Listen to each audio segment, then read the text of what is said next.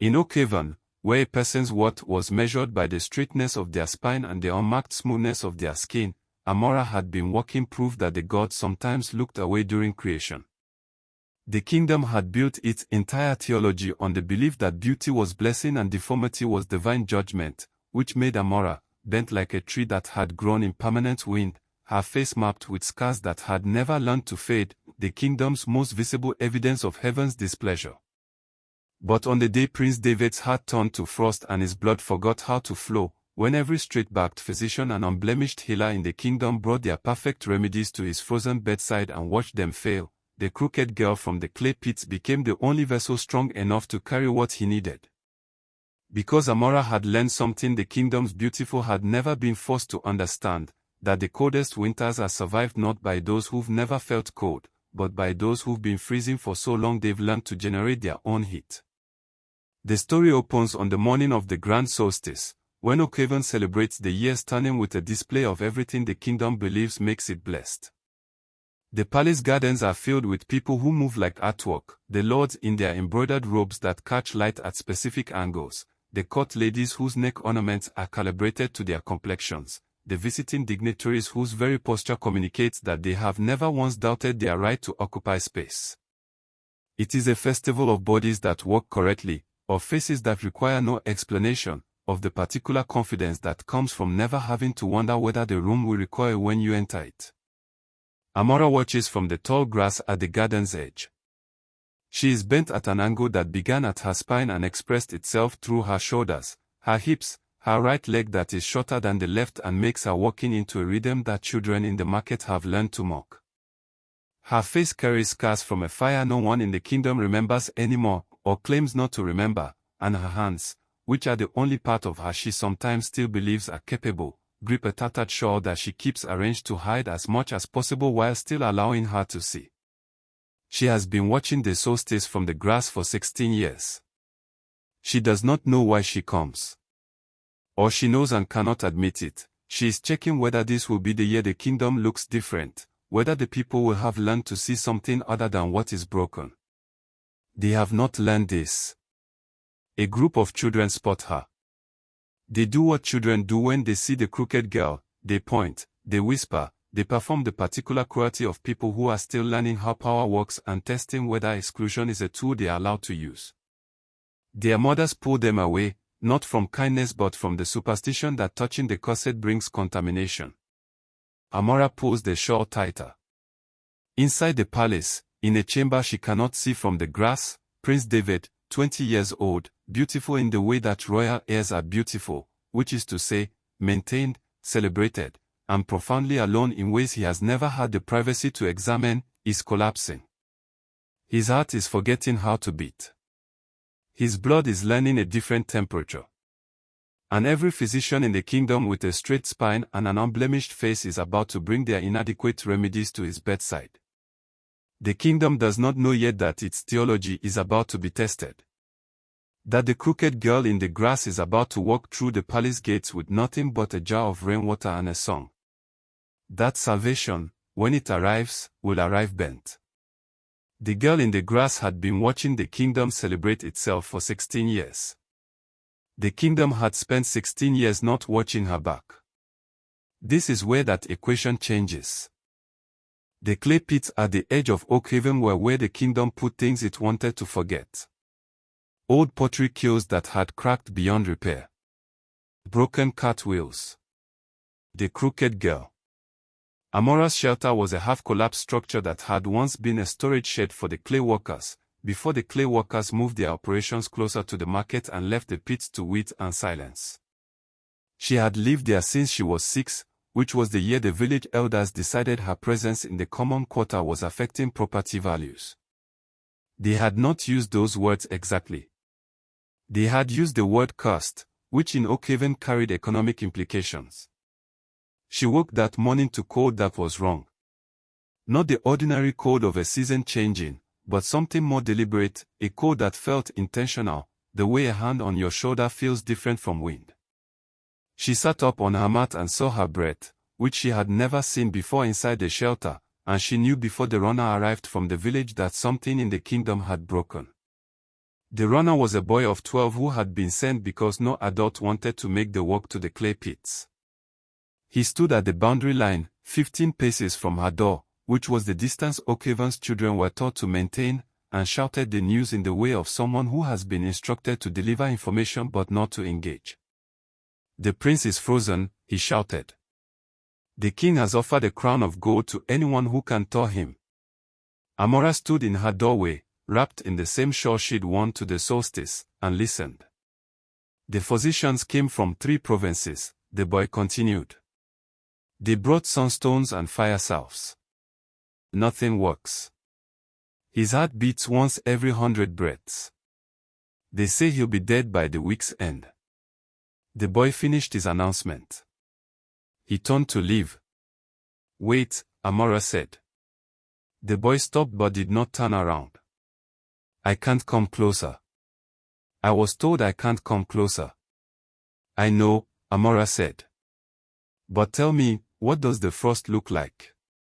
The boy was quiet for a moment, deciding whether answering a question qualified as engagement. "It's inside him," he said finally. "Under his skin. Blue and silver, like ice grew in his blood. They say it started at his heart and it's spreading." He ran back toward the village without waiting to be dismissed. Amara stood in the doorway for a long time, looking at the path he'd taken, feeling the wrong cold in the air. She thought about the prince she'd never seen except from the tall grass. She thought about frost in the blood. She thought about 16 years of watching the kingdom celebrate itself while she bent low in the grass and waited for the year things would be different. Then she went inside. Her grandmother was sitting by the clay hearth, even though there was no fire. She was old in the specific way of people who have lived past the point where age is a number and becomes instead a quality, translucence, the thinning between this world and whatever comes after. "You heard," her grandmother said. "Yes." "Then it's time," her grandmother said. "Time for you to learn what you've been carrying." In the heart chamber of the palace, Prince David was dying in a way the kingdom had no vocabulary for. The physicians had called it soul frost, which was the term used in the oldest texts for an affliction that moved backward through a person, starting at the spirit and working toward the body. But the text had been written 4 centuries ago, and no one living had seen an actual case, and the theoretical knowledge was discovering itself inadequate against the specific reality of a young man whose veins were visible through his skin as lines of silver blue eyes. The king stood at the foot of his son's bed with the expression of a man who has discovered that power has limits. He had sent riders to every province. He had offered the treasury. He had brought in the high alchemist, who was the kingdom's most celebrated healer and who had spent 3 days preparing a remedy that required the rendered fat of a snow leopard and the crushed petals of a winter rose and 17 other ingredients, each more expensive and difficult to acquire than the last. The remedy had been administered at dawn. By midday, the ice had spread to David's collarbone. "Your Majesty," said the high alchemist, a tall man with an unblemished face and the particular confidence of someone whose expertise has never been genuinely challenged. "The remedy requires time. The prince's constitution is fighting the treatment. We must be patient." "Patient," the king said. The word came out flat. "These ancient curses do not yield quickly to." "My son's heart beats once every 100 breaths, the king said. "How much patience, exactly, does that afford us?" The alchemist had no answer that would survive the asking. The king turned to the window. Below, in the palace courtyard, people had begun to gather, not the celebration crowd from the solstice, but the vigil crowd, the crowd that appears when a kingdom's future is uncertain. They held candles. They sang the hymns for the dying. They performed the public grief that powerful people require from their subjects. None of them knew what the king knew. None of them had been in the chamber 20 years ago when the chandelier fell. The king looked at his son's frozen face and thought about the infant who had survived that night, and the other infant, the potter's daughter, who had been in the wrong place and had curled her small body around the prince and taken the weight of the iron and the fire. He had paid the potter's family to leave the kingdom. He had paid the physicians to call the girl's injuries divine judgment.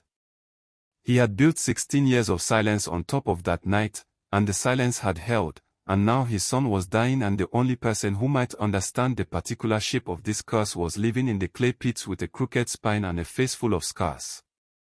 The irony was structural. The king did not appreciate it.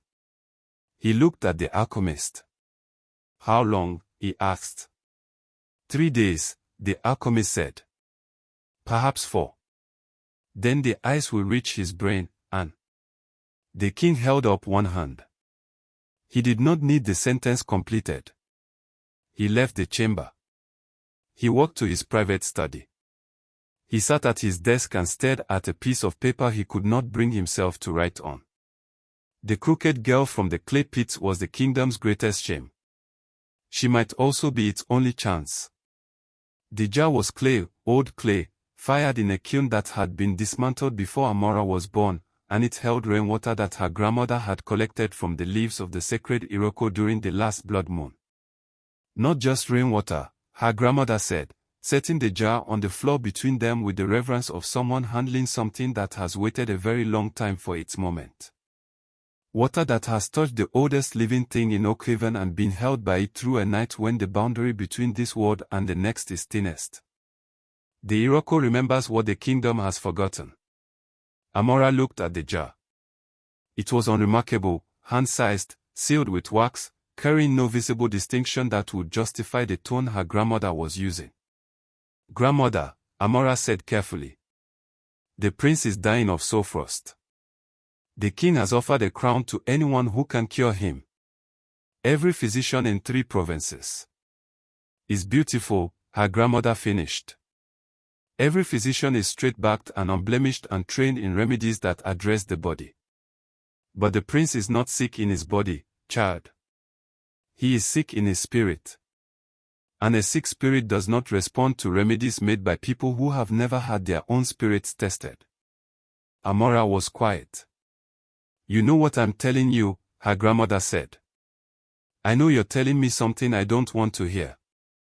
Her grandmother smiled, not with joy, but with the particular sad recognition of a person who has lived long enough to watch certain patterns repeat. "When you were 6 months old, there was a fire in the palace. A chandelier fell. The prince was beneath it." Amara's hands tightened on her shawl. "You were there," her grandmother continued. "Your mother worked in the kitchens. You were sleeping in a basket near the hearth, and when the chandelier fell, she stopped. Your mother said you moved faster than a baby should move. You called yourself around the prince. The iron landed on you. The fire caught you."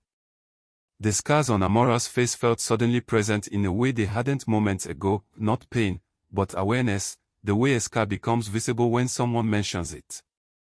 "The king paid us to leave," her grandmother said. "Paid your parents to go to the northern provinces and never speak of that night. They went.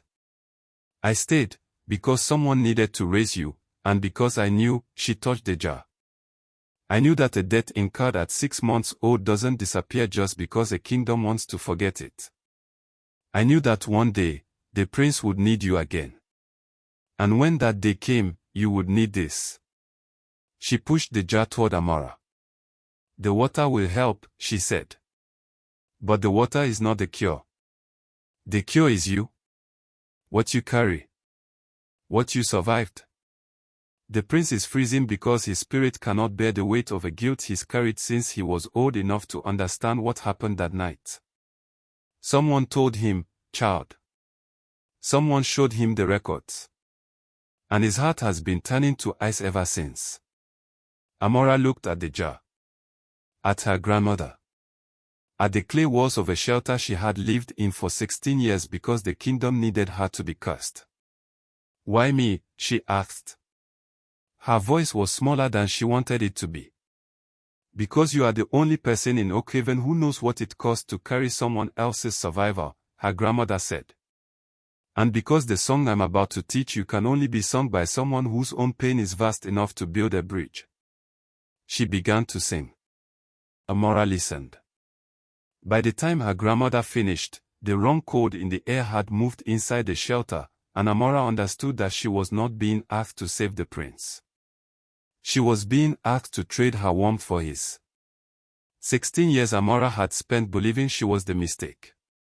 16 years of watching the kingdom from the grass, waiting for the year they would see her differently. Now she knew, she had never been the mistake. She had been the answer, waiting for the question to finally arrive. If you've ever felt like the world misread your worth, stay with this. Amara's story is just beginning to unfold, and it unfolds for anyone who's ever been told they were less than they were. The walk from the clay pits to the capital was 7 kilometers, and Amara had never made it before.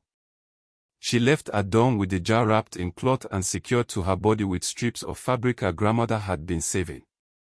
The song lived in her throat now, not memorized, but installed, the way her grandmother had said it would be, present and waiting for the moment she would need to call it forward.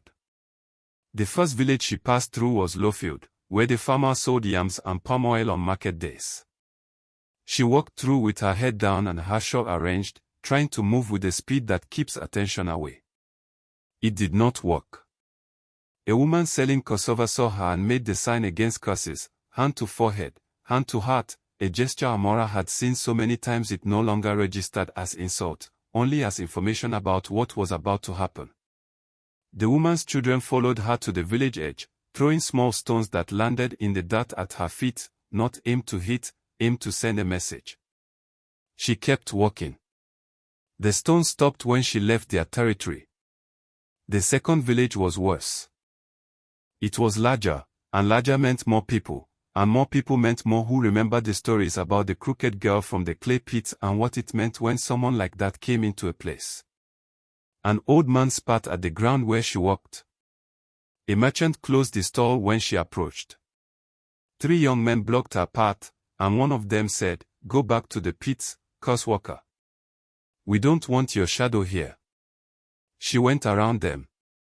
They followed for 50 paces, saying things that had more to do with their own need to feel powerful than with anything true about her. She let the words land and fall and did not turn around. Eventually, they got bored. By midday, she was on the main road to the capital, and the traffic increased, carts, horses, people traveling with purpose and clean clothes and the expressions of those who expect the world to accommodate them. She walked on the road's edge, where the crooked were meant to walk, and she kept her eyes forward. A merchant's cart passed too close. Not by accident. The wheel sprayed dust and small rocks, and she stumbled, and her shorter leg betrayed her, and she went down hard on the side of the road. The jar did not break. She checked it first, before checking herself. A woman's voice above her, "Are you all right?" Amara looked up. The woman was middle-aged, well-dressed, with the concerned expression of someone whose kindness is genuine but has limits. She extended a hand to help Amara stand, and then she saw Amara's face, the scars, the angle of her spine, and the hand withdrew. "Oh," the woman said. I didn't realize." She stepped back. She made the sign against curses. She hurried to her own traveling party without finishing the sentence. Amara stood on her own. She checked the jar again. Still intact. She walked. By the time the capital's walls came into view, the sun was low and her body was informing her that it had not been designed for 7-kilometer walks.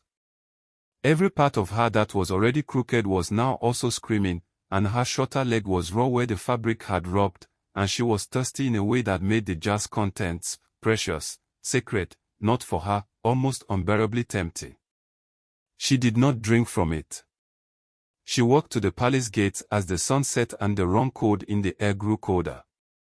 The guards at the gate wore the ceremonial red of the king's personal regiment, and their faces held the particular expression of men who have been standing in one place long enough that minor disruptions are the only entertainment available. Amara's arrival was a minor disruption. "State your business," the taller guard said. He did not look at her directly, not from kindness, but from the trained aversion that Oakhaven's military taught its soldiers regarding the marked and the bent. "I am here to see the prince," Amara said. The shorter guard laughed. It was not a cruel laugh exactly, more the reflexive amusement of someone who has heard something absurd. The prince is not receiving visitors. Especially not, he stopped himself. Especially not people like me, Amara finished. The taller guard cleared his throat. The prince is gravely ill. Only authorized healers are permitted entry. You are, he looked at her for the first time, taking in the shore, the clay dust on her feet, the angle of her body. You are not an authorized healer. No, Amara said. But I carry something that might help him. She unwrapped the cloth enough to show the jar. The shorter guard leaned forward slightly. Rainwater. From the sacred Iroko, Amara said. Collected during the blood moon. My grandmother. Your grandmother, the taller guard said, his tone shifting from amusement to something harder, is not a royal physician. The high alchemist himself is attending the prince. What makes you think a jar of rainwater from some village superstition is going to? Because the physicians are failing, Amara said. Her voice came out stronger than she expected. Because the prince's heart is freezing and their remedies are not working, and by the time you realize that beautiful healers cannot cure a sickness of the spirit, the prince will be dead. The silence after this was different. The taller guard's expression shifted, not to belief, but to calculation. You cannot enter the palace, he said slowly. But, he looked at his companion. The king did make a proclamation. Anyone with a potential cure is to be given audience, the shorter guard finished. That's what the order said. Anyone. They looked at Amara. At the jar. At the shawl and the scars and the body that had bent itself to protect the prince 20 years ago, though they did not know this yet. I will give you 5 minutes, the taller guard said. Not in the heart chamber. The alchemist will not allow you near the prince. But I will take you to the antechamber. You can present he gestured at the jar. Your remedy. To the king's advisors. They will decide. I need to see the prince, Amara said. You need to take what you're being offered, the guard said, or you need to leave. Amara looked at the palace behind the gate, the stone walls, the lit windows, the place where the prince was freezing. She thought about her grandmother's song. About the bridge that could only be built from pain. She thought about 5 minutes being enough or not enough or all she would get. I accept, she said. The shorter guard opened the gate. Amara walked through, her shorter leg making its uneven rhythm on the palace stones, her shawl pulled tight, her hands gripping a jar that carried the last chance she would ever have to be something other than the kingdom's mistake. Behind her, the gate closed. Ahead of her, the palace waited. The antechamber was a waiting room for people whose business with the king was not urgent enough to interrupt but too significant to dismiss. It was decorated in the Oakhaven style, carved wooden panels, gold inlay at the corners, the particular aesthetic of a kingdom that believes wealth is a form of virtue. The high alchemist was there when Amara entered, which she had not expected. He was standing near the window with 2 of the king's senior advisors, discussing the prince's condition in the technical language of people who are accustomed to being the smartest in any room. He stopped mid-sentence when the guard brought Amara in. What, he said slowly, is this? The guard explained, the king's proclamation, the jar, the request for 5 minutes. The alchemist listened with an expression that moved from confusion to something closer to offense. You brought the crooked girl from the clay pit into the palace, the alchemist said. To cure the prince. With rainwater. From the sacred Iroko, Amara said, before the guard could respond. Collected during. I know what the sacred Iroko is, the alchemist interrupted. I also know that trees do not produce cures for soul frost. I also know that, he gestured at Amara in a way that managed to indicate her entire body without looking directly at it, marked individuals carry the visible evidence of divine displeasure, and bringing one into proximity with the prince could accelerate rather than reverse the curse. One of the advisers shifted uncomfortably. The king's proclamation did say. The king's proclamation, the alchemist said, was made in desperation. It was not made with the expectation that we would allow superstition, and he looked at Amara fully now, and the look was not curiosity or even disdain. It was fear, the fear of a man whose entire professional identity is built on a certain understanding of how the world works, and who is watching that understanding being questioned by a girl in a tattered shawl holding a clay jar. She needs to leave, he said. Immediately. I need 5 minutes with the prince, Amara said. You need, the alchemist said, his voice rising slightly, to understand that the prince is under the care of trained physicians. His condition is delicate. The remedies we are administering are not working, Amara said. The words came out before she could stop them. The prince is dying. Your remedies are failing. And you are more concerned with protecting your reputation than with saving his life. The room went very quiet. The alchemist's face did something complicated. Then he smiled, not with humor, but with the particular expression of a person who has just been given an opportunity they are going to enjoy. You know what I think, he said, moving closer to Amara. I think the prince's condition worsened precisely when the cars started arriving at the gates. I think proximity to marked individuals accelerates so fast. I think, he looked at the advisors, we should document this. The crooked girl's arrival and the prince's decline. Present it to the king as evidence that the curse is environmental. That we need to clear the palace of, he gestured again at Amara. Contamination. One of the advisors looked uncomfortable. The other was nodding slowly. She leaves now, the alchemist said. And if the prince's condition improves after her departure, we will have our answer. The guard who had brought Amara in stepped forward, reaching for her arm to escort her out. Amara pulled back. If I leave, she said, and the prince dies, will you tell the king that you sent away the one person who might have saved him? Will you tell him that you chose your pride over his son's life? The alchemist's smile widened. I will tell him that we followed proper medical protocol. That we protected the prince from further harm. He nodded to the guard. Remove her. Immediately. The guard's hand closed on Amara's arm. And that was when the door to the heart chamber opened, and the king himself emerged, his face grey, his eyes red, and his voice, when he spoke, carrying the absolute authority of a man who has nothing left to lose. Bring her in, he said. The heart chamber was colder than the antechamber, colder than the palace gates, colder than anywhere Amara had been in her 16 years. The cold was coming from the prince. He lay on a bed that was too large for one person, covered in blankets that did nothing against the frost in his blood.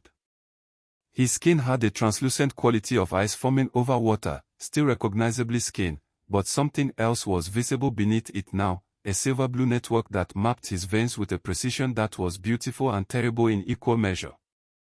Amara stood at the foot of the bed, her jaw clutched against her chest, and felt the wrongness of it, not the cold, but the intention of the cold. This was not illness. This was grief made physical. This was a heart that had decided it did not want to feel anymore and was converting warmth to ice as a form of self-protection. The king stood beside her. Behind them, the alchemist and the two advisors watched from the doorway with the expressions of people who are documenting evidence. 5 minutes, the king said. That is what the guard offered you. You have 5 minutes to do whatever it is you came here to do. Amara looked at the prince's frozen face. She thought about the night of the chandelier. About a 6-month-old infant curling her body around a baby she didn't know, taking iron and fire because that was what her body had decided to do in that moment.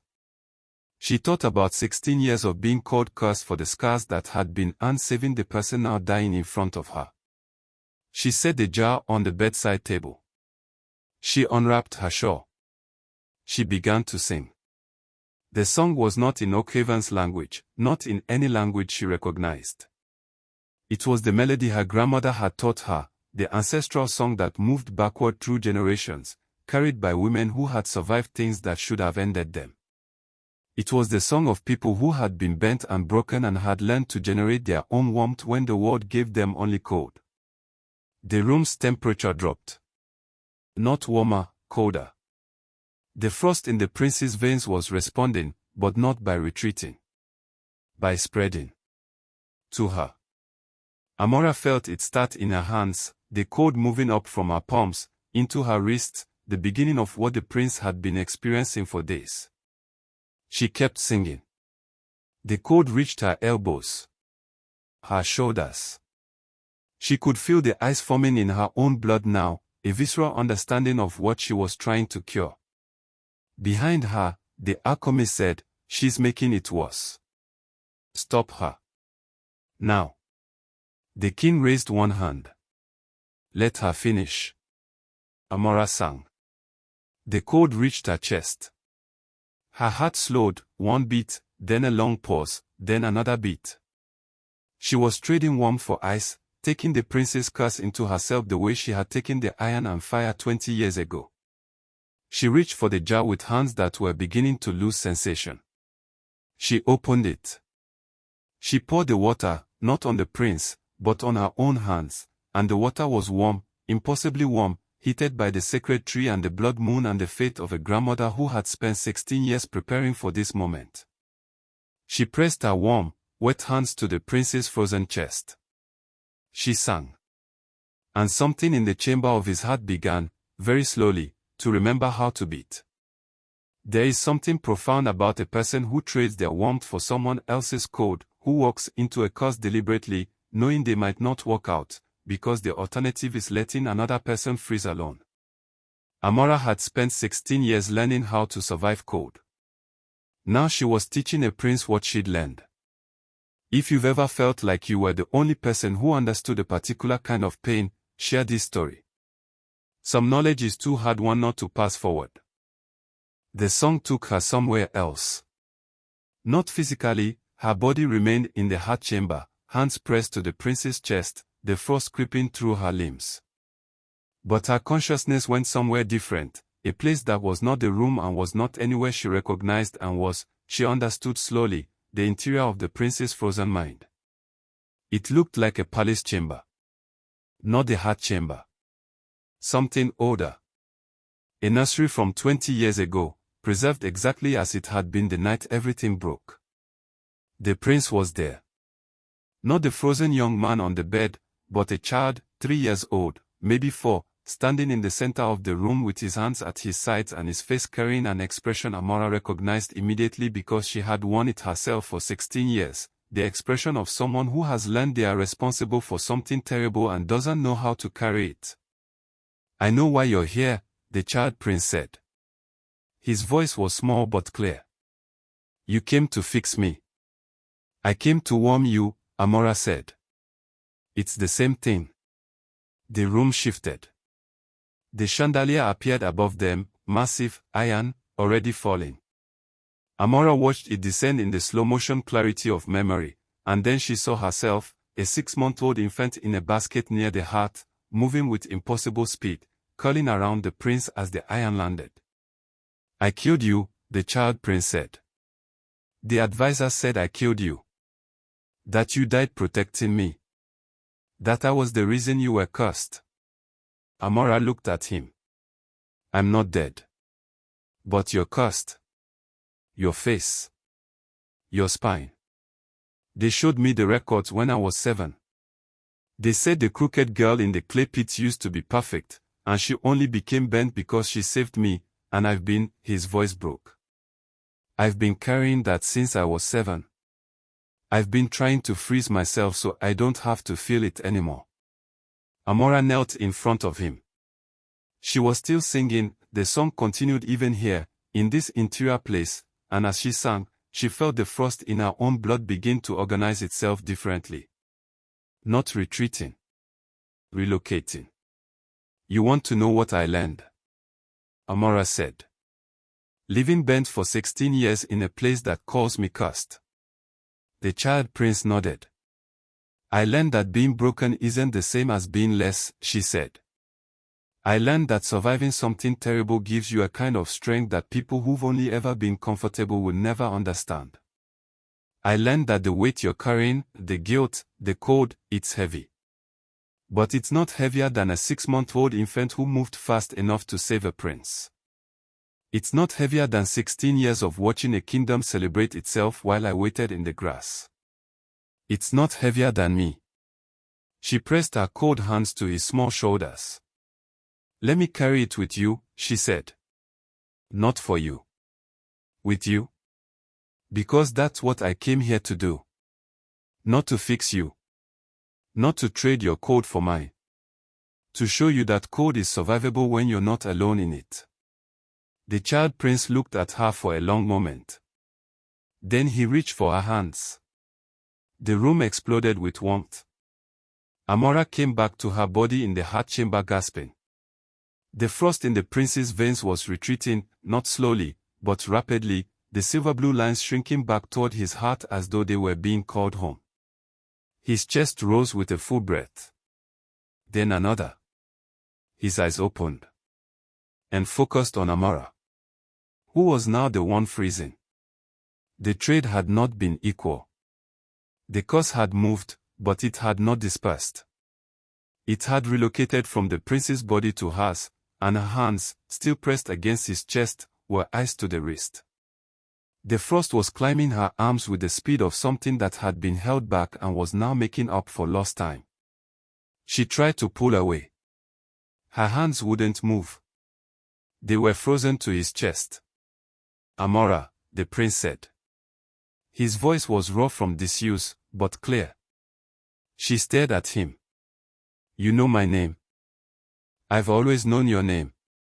He sat up, too fast, with the uncoordinated urgency of someone whose body is remembering how to walk, and grabbed her wrist. His hands were warm.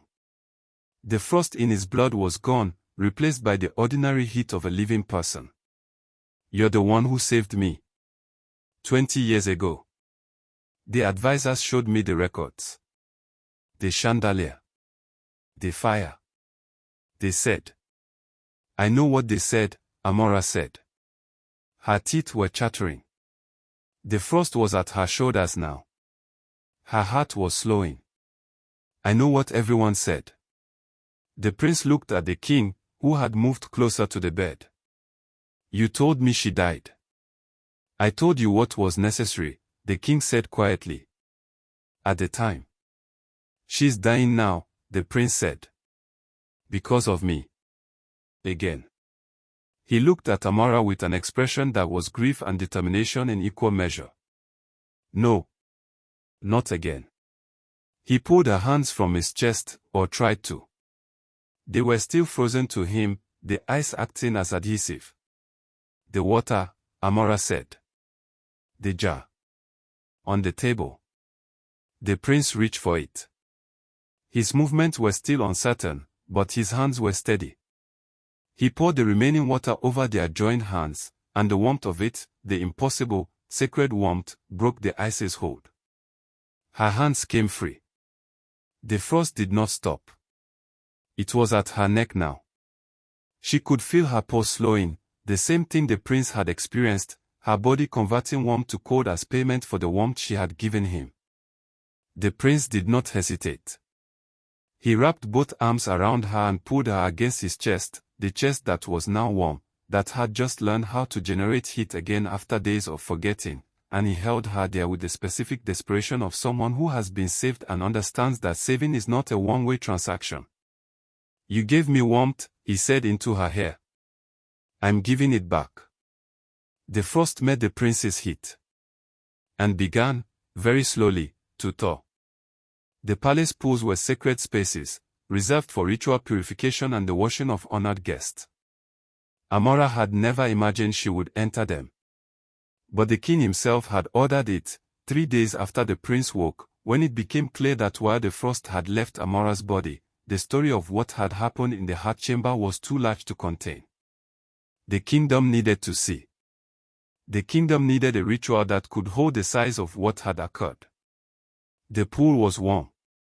Steam rose from its surface, carrying the scent of oils and herbs that had been added by attendants whose entire function was to prepare water for people who mattered. Amara lowered herself into it slowly, her body still remembering the frost even though the ice was gone. Around the pool's perimeter, the kingdom watched. Not the entire kingdom, the nobility, the advisors, the priests who managed Oakhaven's official theology and were now having to reconcile that theology with the image of the crooked girl who had saved the perfect prince. The prince was there. Sitting in the front row, wrapped in blankets he didn't need anymore, his face carrying the determined expression of someone who has decided something and will not be deciding differently. The high alchemist was not there. He had resigned 2 days ago, citing personal reasons.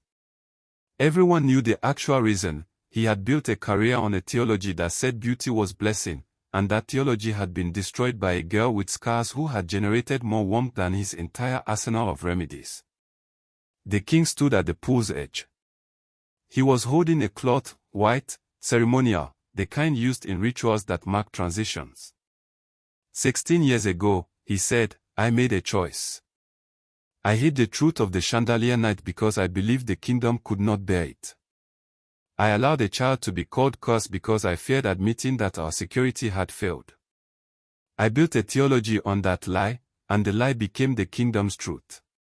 He paused. Amara, he said, bore the weight of that lie. She carried it in her body, in her face, in every step she took through a kingdom that called her evidence of divine displeasure. And when my son was dying, when every remedy we had failed, she walked 7 kilometers with a jar of water and a song and the kind of courage that can only come from someone who has survived what should have ended them. He knelt at the pool's edge. He dipped the cloth in the water. The kingdom owes you a debt, he said. Not just for saving the prince 20 years ago. Not just for saving him 3 days ago. For carrying our shame while we celebrated ourselves. For being strong enough to survive in a place that gave you only cold. He held the cloth out to her. Amara took it. She washed her face, the scars, the marks that had been called divine judgment. The water was warm. The kingdom was watching. For the first time in 16 years, they were seeing. When she lowered the cloth, the prince stood. He walked to the pool's edge. He removed his blanket. He stepped into the water fully clothed, which was not protocol and made the priest in the second row visibly uncomfortable. He stood beside Amara in water that reached his chest. The kingdom called her crooked, he said to the assembly. The kingdom called her cursed. The kingdom was wrong. About what crooked means. About what cursed means. About what strength looks like. He looked at Amara. The straightest soul in Oakhaven has been living in the clay pit for 16 years. And if the kingdom's theology cannot account for that, then the theology needs to change. The silence after this was total. Then, from somewhere in the second row, someone began to sing. An old woman, one of the attendants, perhaps, someone whose function was usually invisible, began the first line of the ancestral song. The melody Amara had sung in the heart chamber. Another voice joined. Then another. The song spread through the assembly the way warmth spreads through a cold room, slowly at first, then faster, until the entire chamber was filled with it. Amara stood in the warm water and listened to the kingdom sing her grandmother's song. The prince's hand found hers beneath the surface. She did not feel fixed. She felt sin. It was enough. It was more than enough. It was everything she had been waiting for in the grass for 16 years, and it had arrived not as acceptance, but as recognition, that she had always been straight, and the kingdom had simply been looking at her wrong. Amara walked out of the clay pit bent and walked into the palace pools crooked, but she stood in that water straighter than she'd ever been. Not because her body changed, but because the kingdom's eyes did. Some redemption comes from being fixed. Some comes from the world finally understanding what was never broken. If this story reached you, if Amara's walk from the grass to the palace felt familiar in any way, subscribe and carry it forward. Stories like this one don't end when they are told. They end when they find the people who need them most.